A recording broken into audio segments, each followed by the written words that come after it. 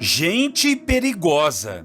Muitas vezes pensamos que pessoas perigosas são aquelas violentas que estão prontas para brigar, para assaltar, para roubar e até para matar. Outras vezes, pensamos que os perigosos são os fofoqueiros, os invejosos, os caluniadores e outros que querem nos atrapalhar. Mas existe uma classe de pessoas muito mais perigosa do que essas outras que falei. São aqueles que conseguem nos influenciar lá nos nossos pensamentos e se infiltram na nossa mente, sendo capazes de mexer com a nossa fé e com os nossos princípios. Parece que eles têm um poder de implantar um vírus dentro da nossa cabeça e bagunçam toda a verdade que já aprendemos sobre a vida, sobre a fé e sobre Cristo Jesus e seu Evangelho. O nosso Senhor e Salvador Jesus quer nos livrar de coisas assim. Hoje ainda corremos um risco muito maior por conta da internet e desses chamados influenciadores, porque eles vêm de forma sorrateira, implantam dúvidas, fazem questionamentos, nos ensinam argumentos e têm feito muitas pessoas se desviarem da verdade central a respeito de Deus e da sua palavra. Quero te dizer que isso não é novo. Lá atrás, na igreja primitiva, o inimigo já usava pessoas assim para confundir a cabeça dos fiéis em Cristo. Era uma classe de gente perigosa e é sobre isso que nós vamos falar em nossa devocional de hoje. Muito bom dia para você, meu irmão e minha irmã. A paz do Senhor Jesus a todos vocês. Pastor Clodoaldo aqui e vamos a mais uma devocional da Bíblia, capítulo por capítulo. Hoje o tema será gente perigosa. Nós vamos ler o texto de Judas, capítulo 1, versículo 4 a 8. Aliás, o versículo 4 e o versículo 8. Diz assim a palavra do Senhor: Pois certos homens, cuja condenação já estava sentenciada há muito tempo, infiltraram-se dissimuladamente no meio de vocês. Estes são ímpios, transformam a graça de nosso Deus em libertinagem e negam Jesus Cristo, nosso único soberano e Senhor. Versículo 8 diz assim: Da mesma forma, esses sonhadores contaminam o próprio corpo, rejeitam as autoridades e difamam os seres celestiais. Irmãos e irmãs, estamos aqui na carta de Judas, de apenas um capítulo. Ele escreveu a uma determinada igreja que não conseguimos identificar onde era.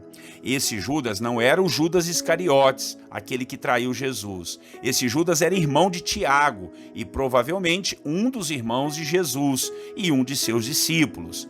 Essa carta tem o teor de muita exortação, pois a igreja estava enfrentando um grave perigo de heresias, de ensinos falsos que faziam o povo se desviar da verdade do Evangelho.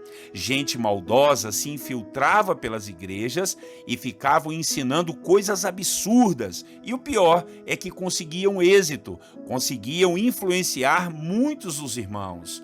Por isso, os apóstolos levantavam-se em defesa do Evangelho e colocavam o povo de Deus em alerta com as suas cartas e falava para eles não se embaraçarem com esse tipo de gente que só queria atrapalhar o reino de Deus.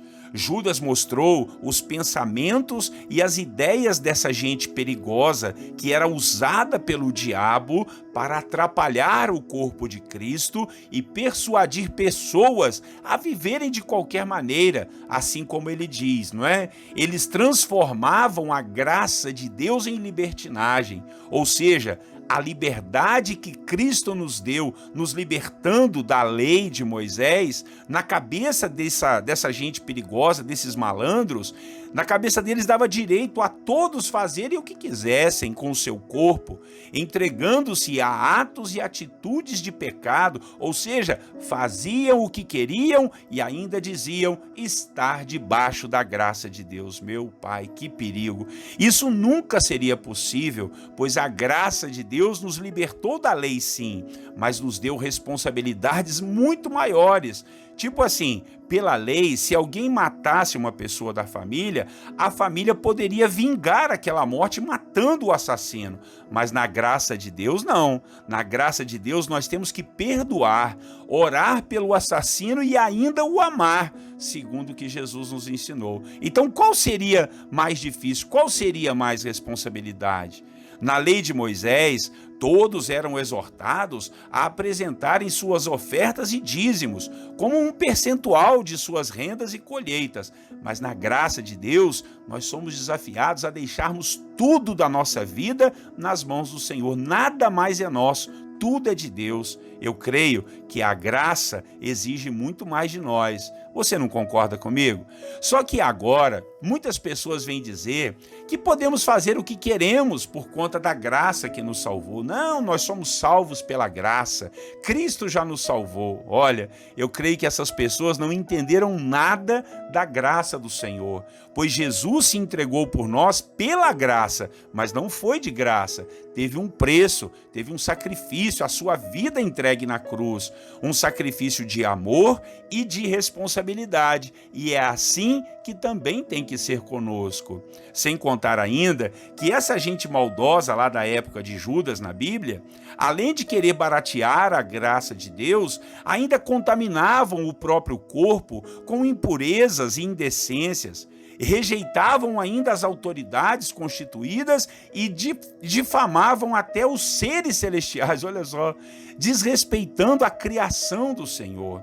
A essas pessoas que hoje em dia agem da mesma forma, ou talvez de outra forma sorrateira, eu te digo, tome cuidado.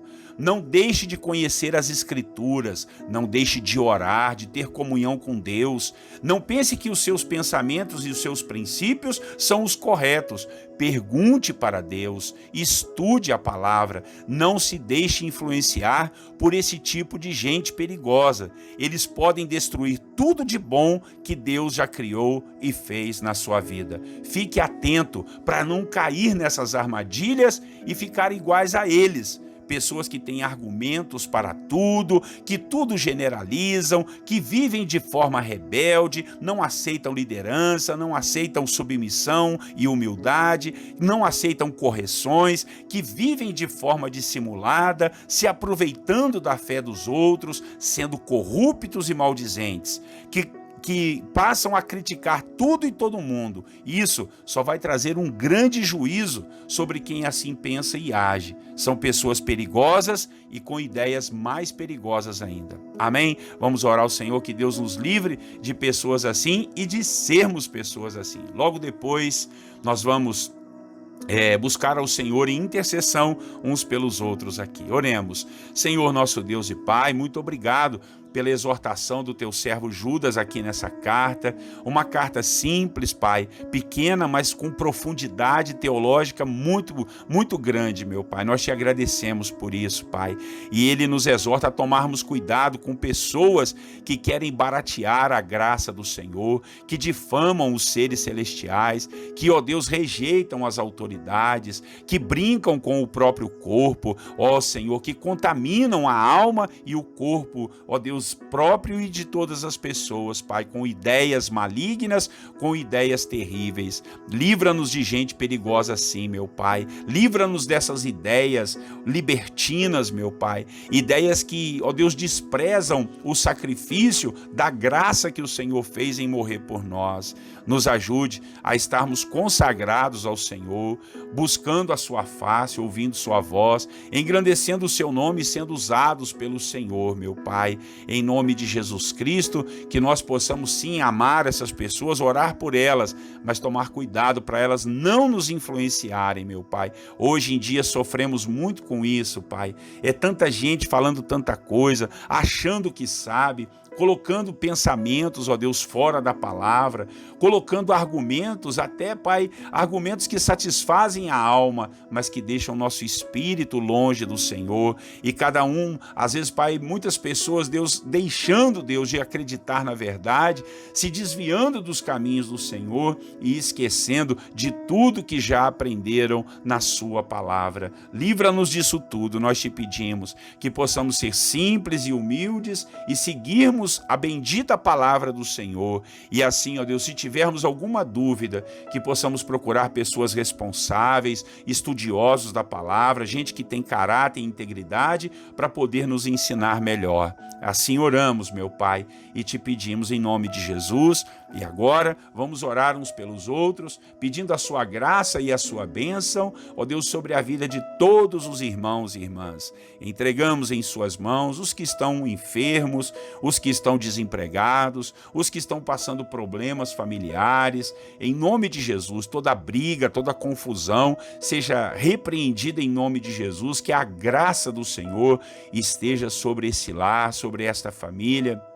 Meu Pai, oramos por aqueles, ó Deus, que estão em dúvidas, aqueles, ó Pai, que estão sendo assaltados pela depressão, pela opressão, pela ansiedade, pelo pânico, que o Senhor possa ajudar. Oramos por aqueles que estão, Pai, imbuídos, Senhor, em orar pelas madrugadas, numa campanha de oração, pedindo ao Senhor sabedoria, discernimento para resolver determinada causa, causas impossíveis, situações difíceis. Meu Deus, dá solução, dá direção, ajuda-nos a sabermos o próximo passo para glorificar e bendizer o seu santo nome e testemunhar da sua graça e da sua bondade. Jesus querido, seja com as crianças, os jovens, os adolescentes, seja, Senhor, com os idosos, com as famílias, ó Deus, com os missionários, com os pastores, com as igrejas, meu Pai. Livra-nos dessas pessoas perigosas que querem nos atrapalhar e nos fazer voltar atrás.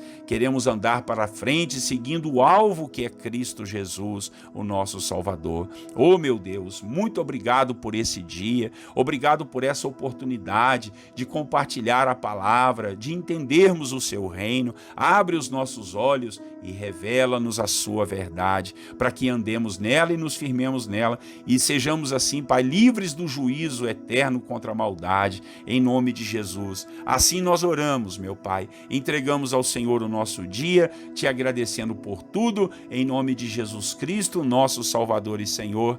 Amém. Amém, meus irmãos. Olha, foi mais um livro da Bíblia e amanhã começaremos o livro do Apocalipse. Eu estou muito ansioso para poder compartilhar essas mensagens com vocês. Tenho certeza que Deus vai falar muito ao nosso coração. Convide mais pessoas para estar com a gente nesse projeto aí da Bíblia de conhecimento e oração, da Bíblia capítulo por capítulo, tá bom?